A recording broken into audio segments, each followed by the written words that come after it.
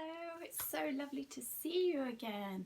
And hooray, it's the summer holidays. Well done you. You made it through, whether you did school completely at home or partly at home and partly at school or all at home. Whoever helped you, your mum, your dad, your uncle, your auntie, your granny or your carer, whoever it was, well done. Give yourself a big pat on the back and do remember to thank the people that helped you. Now, the reason we're here is because we've got an exciting story today. Today's story is called a parable. Do you know what a parable is? It was a story that Jesus told, so not a true story, to explain something that he was trying to teach to his listeners. So I have a modern day example. I'm sure you all know the story of Goldilocks and the Three Bears. So some parents tell their children these stories to teach them about things that they should and shouldn't do. Important lessons. So in Goldilocks and the Three Bears, we all know Goldilocks goes into the house uninvited.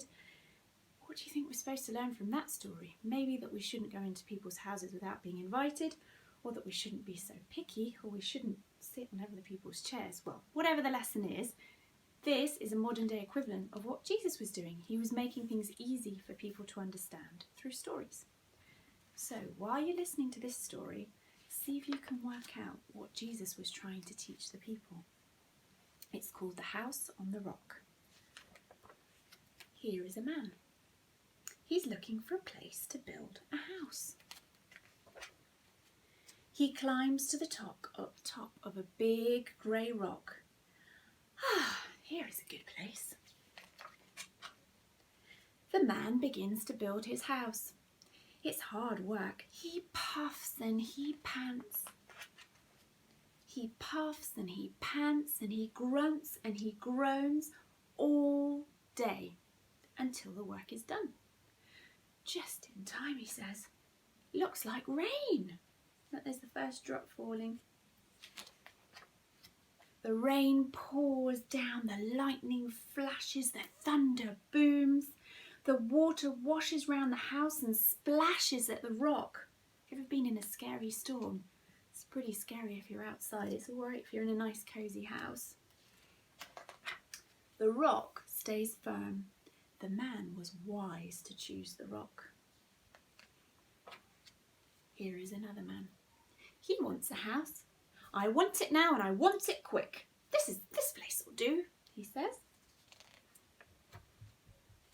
He builds his house down on the sand. This won't take long, he says, and he whistles while he works. But there he is, his cheeks are all puffed out, whistling away. His house is done. He goes inside and shuts the door, and a raindrop drips on his nose. Oh dear. The rain pours down, the lightning flashes, the thunder booms, the water rushes through the house and splashes at his knees. It's not looking good, is it? The sand is washed away. His house falls flat. The silly man was wrong to build on the sand. Jesus says, I am like the wise man's rock. If you trust me, I will never let you down. There you go, he invited his little friend in. So what do you think that story was about? What was Jesus trying to teach us? Well, I think he was trying to teach us the importance of listening to his words, and not just listening, because they both listened, they both knew they had to build a house, but putting his words into action, trusting Jesus, reading his words in the Bible and living by them. Because if we build on that strong foundation, when the storms come, and they will, because if you remember in the story, both men experienced storms, the one on the rock and the one on the sand. But the difference was that the one on the rock had his trust in Jesus. He was strong on the inside, because reading God's word and learning about him and putting it into practice makes us strong on the inside. But the man on sand was weak on the inside, and when storms come, everything falls apart if we don't have our trust in Jesus.